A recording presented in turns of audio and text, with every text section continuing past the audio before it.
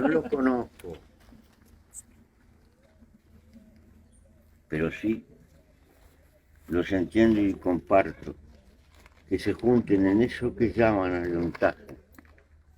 Hay que crear familias grandes que practiquen un poco de altruismo en un mundo ahogado de egoísmo.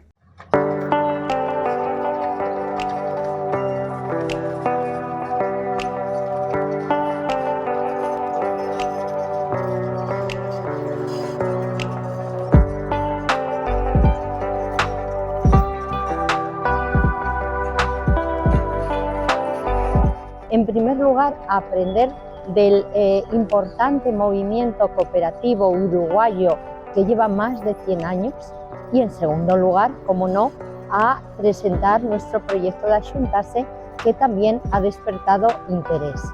Estamos manteniendo una agenda muy densa